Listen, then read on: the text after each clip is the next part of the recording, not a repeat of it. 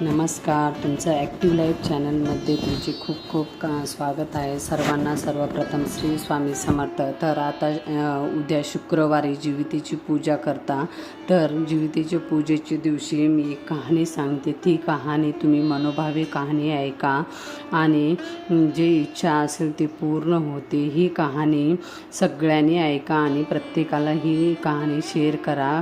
कहाणी आवडली तर लाईक करा, शेअर करा आणि कमेंट करायला अजिबात विसरू नका. तर मी कहाणीला सुरुवात करते. शुक्रवारी आहे जीवितिकेची पूजा. तर ही कहाणी शुक्रवारी नक्की ऐका. आटपाट नगर होते. तेथे एक राजा होता.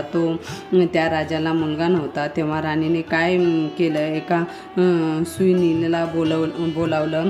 अळणं, अगं सुईणी, मला नारळवारणीसुद्धा एक मुलगा गुपचूप आणून दे, मी तुला पुष्कळ द्रव्य दे. सुईणीनं गोष्ट कबुली केली.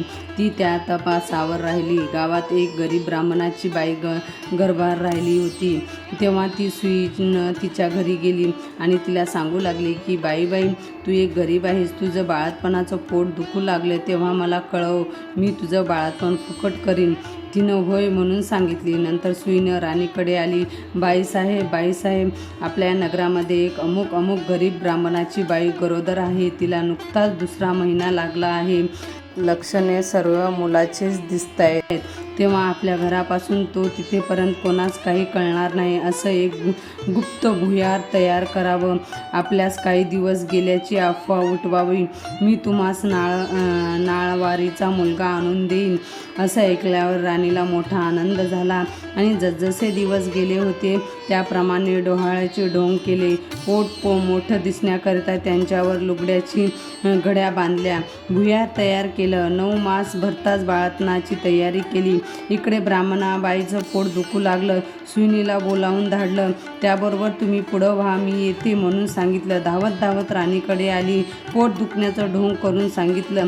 नंतर ब्राह्मणाच्या घरी आली. बाई, तुम्ही आहे पहिली खेप. डोळे बांधलेस तर भिणार नाहीस, नाही बांधलेस तर भय वाटेल असं सांगून तिचे डोळे बांधले. ती बाळातीन झाली. मुलगा झाला. सुईनं एका दासीकडून भुयाराच्या वाटेनं मुलगा राणीकडे पाठवलं.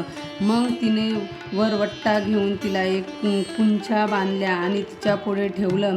मग बाईचे डोळे सोडले. तिला वरवट्टा झाला असं सांगू लागली. तिनं नशिबाला बोट दाखवलं. मनामध्ये दुःखी झाली. सुईनं निघून राजवाड्यात गेली. राणीसाहेब बाळातीन झाल्याची बातमी पसरली. मुलाचं गोड कौतुक होऊ लागलं. इकडे ब्राह्मणाच्या बाईनं नेम धरलं. श्रावण मासाचा दर शुक्रवार जीवितीची पूजा करावी आणि नमस्कार करून म्हणावं की जे जीविते माते आई, जिथं माझं बाळ असेल तिथं खुशाल असो असं म्हणून तिनं तांदूळ उडवावे. हे मुलाच्या डोक्यावर पडावं. हिरवं लुगडं नेसणं, हिरव्या बांगड्या लेणं, तसंच कारलीचे मांडवा खालून जाणं वर्ज्य केले. तांदळाचं धुणं ओलांडणं बंद केले. याप्रमाणे ती नेहमी वागू लागली. इकडे राजपुत्र मोठा झाला. एके दिवशी बाहेर फिरायला निघाला.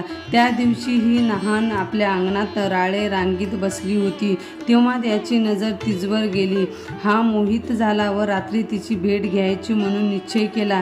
रात्री तिच्या घरी आला. दारात गाय वासरू बांधली होती. चालता राजाचा पाय वासराच्या शेपटीवर पडला. वासराला वाच फुटली. ते आपल्या आईला म्हणालं, कोण्या पाप्यानं माझ्या शेपटीवर पाय दिलं. तेव्हा ती म्हणाली, जो आपल्या आईकडे जावयास भीती नाही तो तुझ्या शेपटीवर पाय देण्यास भिईल काय.